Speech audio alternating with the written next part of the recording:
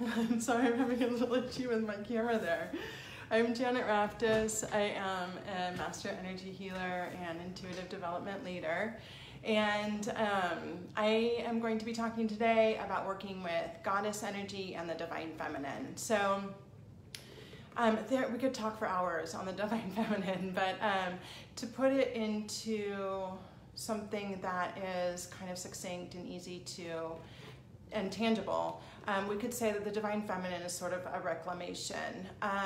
There is, we have, and for several thousands of years, the masculine energy has been the primary energy of, the primary recognized energy of the divine, right? It's been a masculine God, we've had masculine leaders, and just because we've had men in charge, so to speak, in the areas of religion and spirituality, that doesn't necessarily mean that there weren't women and the energies of women who were very powerful and very mystical and very magical and spiritual leaders in and of themselves.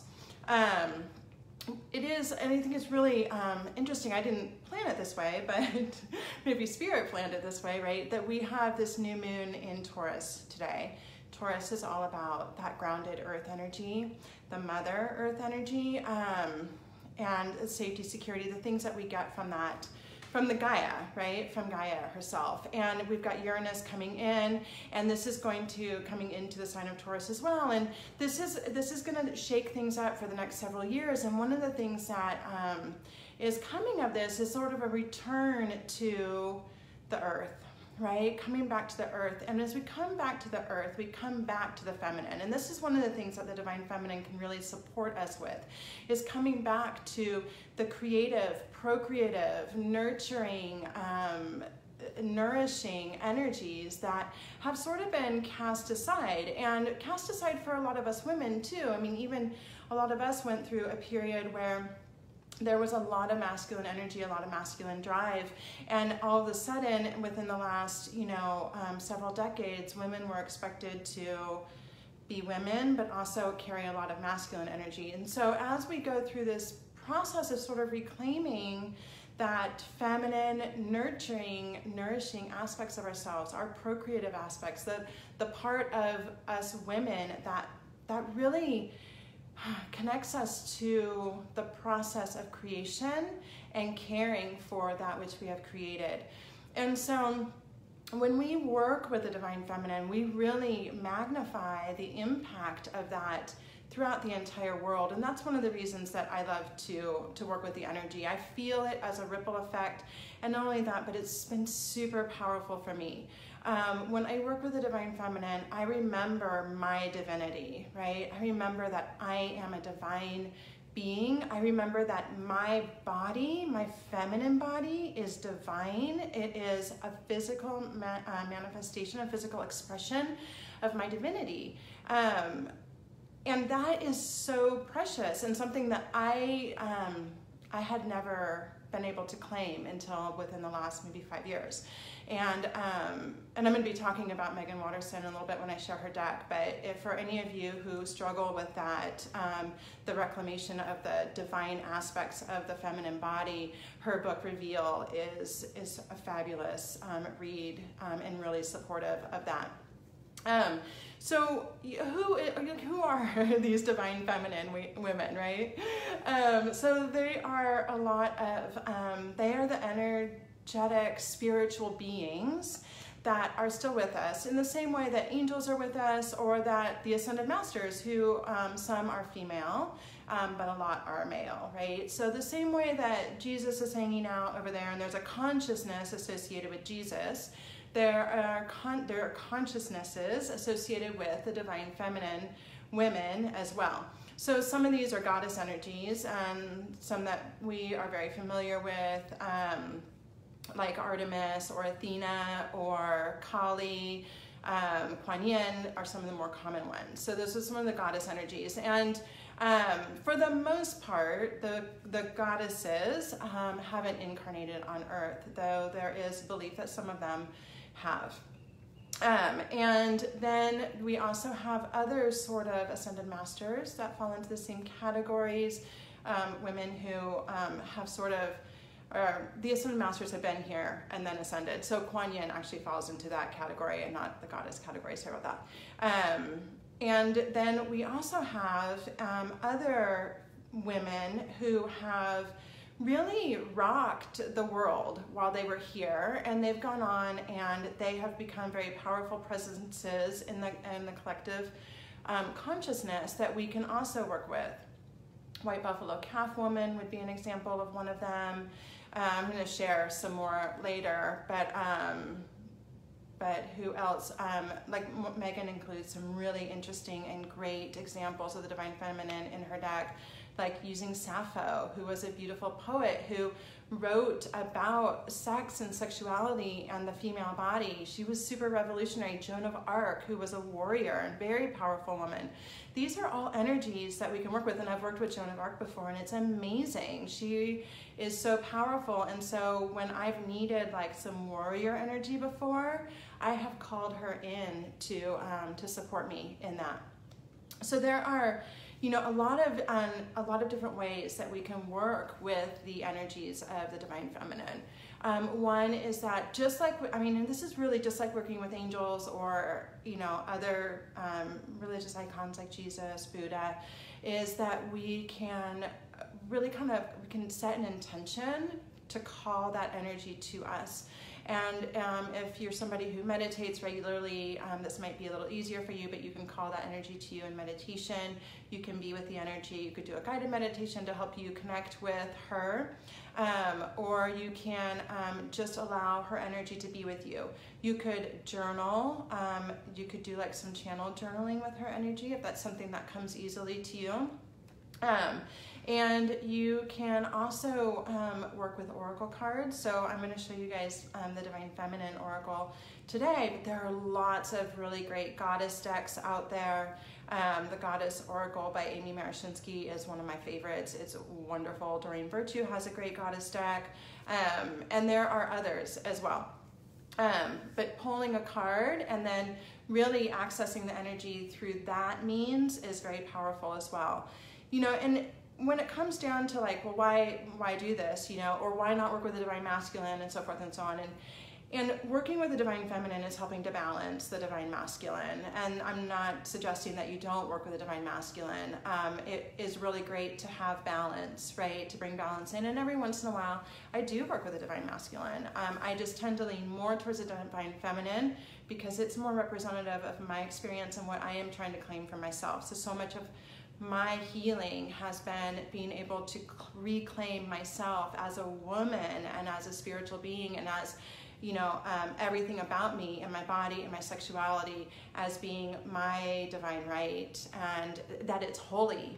So when I work with the Divine Feminine, I'm reminded that I am a holy being, every part of me, right? Right down to my vagina. Every bit of me is holy. So when I work with the Divine Feminine, that is what I am really nurturing in me. But I work with, you know, I work with goddesses, angels, the Divine Feminine. I work with them all the time. And what I do is I will ask a question for myself, like something that I am working with. So it might be, you know, what do I need more of in my life right now? I'm going to use this example for a reason. But, you know, and then I will maybe pull a card to see what spiritual being wants to work with me, and then I'll meditate and call that energy in and feel it with me, feel her with me, and I'll ask in my meditation for guidance. Now, if you don't feel like you are at a place yet where you're receiving guidance in your meditation, that's fine. I suggest that you still call the energy in and sit with her, because every time you do it, it will bring you even closer to hearing, feeling, seeing, etc., her expression. It's all about practice and working with that intuitive muscle. But you can also ask her for signs. You can ask her to show you signs. So, you know, for example, using what do I need more of in my life? And so the answer that I got was that I need to be balancing more of my my time with laughter and joyful activities. And so I asked this question the other day, right after I got my deck, and I pulled the goddess Kalita, and And that was that's all what she's about. And so for those of you who watched my animal spirits video last week, you might remember that I said I'd been seeing peacocks everywhere. And so when I tuned into it, what I got was a lot of peacock energy is about laughter. So it's very interesting, right? That came up again, like within a week, 2 or 3 days later, I got that same answer again. So you see how this is coming to me over and over again. And so we know it's there, that I need to find more balance in my life and I need to be more playful right now. I've been working a lot and it's time to get out and climb some trees and have fun and laugh, which I'll be doing this weekend. So for going back to before I went on that little segue, asking for the signs, if I'm asking Kalita for the signs, maybe I start seeing peacocks everywhere, right? Maybe she's showing me things. Maybe I find myself on a walk and I end up in the middle of a playground with a bunch of children everywhere. So there'll be little reminders from the external that will be from whoever's energy that we're working with. Bertoni, I'm just going to be hanging out in my neighborhood, but I'm going to go. There's some really good tree climbing trees not too far from my house that I can still get in. And then also I just sort of made a commitment to myself as all of this was coming up that I would find time to laugh and play. So that's probably something that Scott is going to hopefully be joining me in. He's pretty good for a laugh, as a lot of you know. And I think one other thing about working with the Divine Feminine is that if you are anybody who works with creative energy, working with the Divine Feminine is so powerful because it is the creative life force, right? Women are the energies that procreate, or I mean, we need the man too, but we carry that, we gestate, we nurture and nourish, and then we birth, we bring into the world. And so I have found that when I am creatively stuck, if I'm feeling like the words aren't flowing or whatever it happens to be, I will work with the Divine Feminine energies to support me in opening that up again. So I wanted to show you guys this awesome deck because it is really so amazing. So this is the Divine Feminine Oracle from Megan Watterson. She is somebody that I have turned to for a lot of teachings on the Divine Feminine, and her books are amazing, as I mentioned earlier. And I've been so excited for this deck for about like 2 years now, since I first heard about it. So it's got 53 cards, and one of the things that I really, really love about this deck is that it is super inclusive. It has representatives of the Divine Feminine from every background, every race, color, creed, spiritual background. She's got cross-dressers in it. So many people, so many women I didn't even know about. I mean, this has been such an amazing process the last few days that I've had the deck of just starting to learn about some of these amazing women. Like, I didn't know that there was a female pope who dressed as a man, and and they didn't know she was a woman until she accidentally gave birth in front of a bunch of people. And you know, it's been really powerful.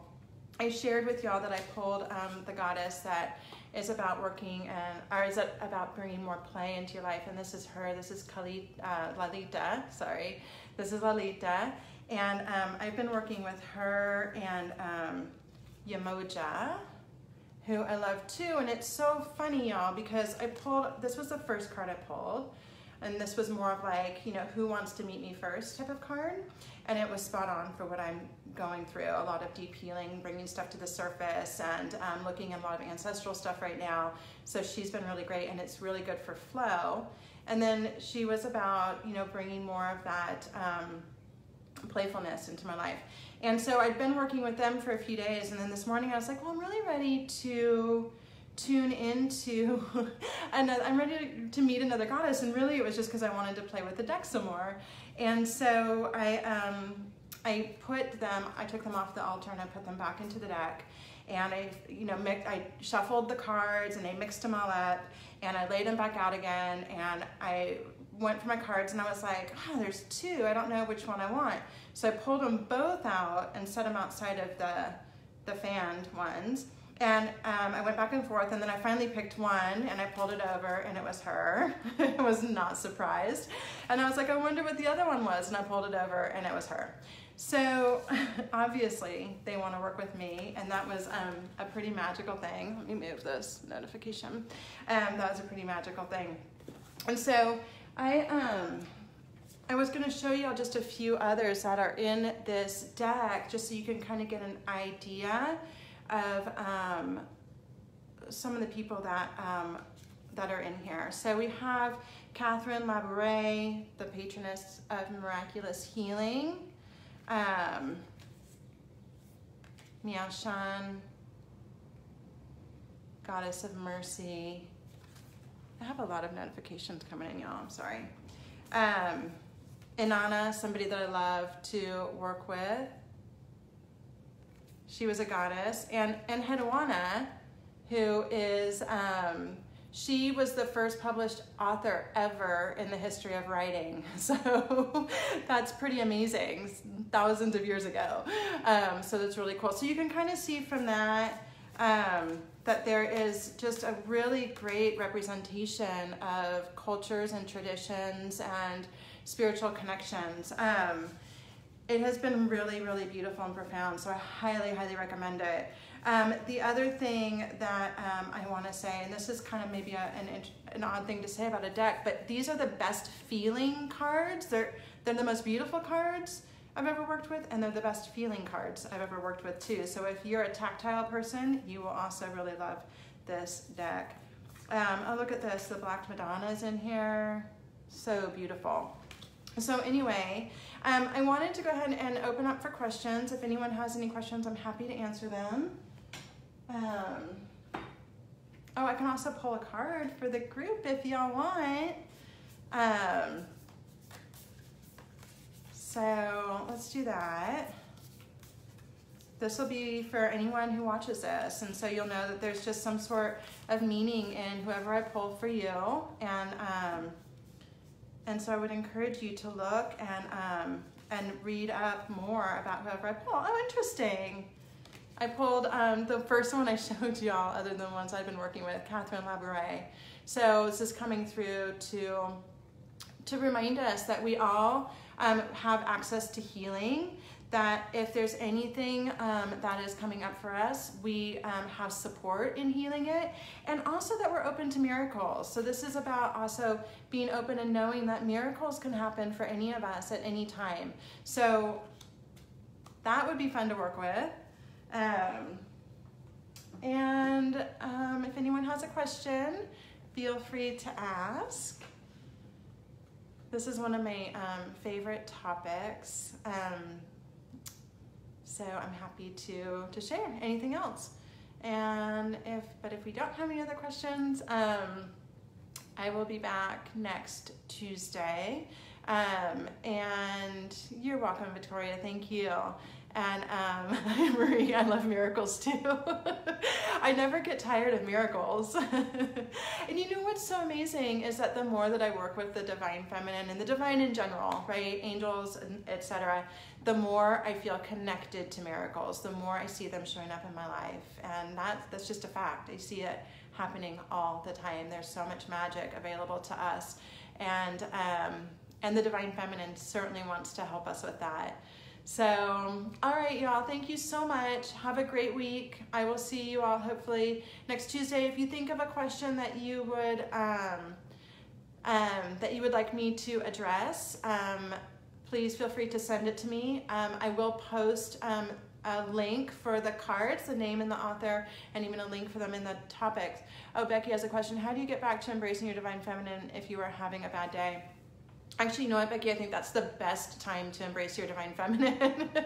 And what I do, there's a couple things that I do. If I'm having a bad day or a really energetically difficult day, one thing that I do is I usually go to a park and I will reconnect with nature. Reconnecting with nature is, and Mother Earth, like very specifically, I do it with the intention of Mother Earth. I will lay on the grass. I will let the excess energy, the challenging energy, all the stuff I've picked up roll off of me and into the earth, and I will let, after it's all gone, I will ask Mother Earth to fill me back up with energy. This is one of the most powerful resets I know of, and I feel so embraced when I do it. The other thing I do, and this is in a wonderful way to work with the Divine Feminine on a bad day, is to take a bath. I take a bath with Epsom salts, essential oils, I might light a few candles, and I will just really enjoy the aspect of being naked in water and allowing myself to feel the energy of just being like my woman self. So that's a couple ideas, and I would just say that on a bad day, the thing that we most want is nourishment and nurturing. So whatever you can do, and that is the essence of the feminine. So whatever you can do to call that in for yourself, it will be very powerful for you. Thank you, Becky. That was a great question. And thank you, Joanna. Yes, I love the Divine Feminine too, and Megan is awesome. Thank you all so much for tuning in today, and I will see you next week. Thank you. Bye.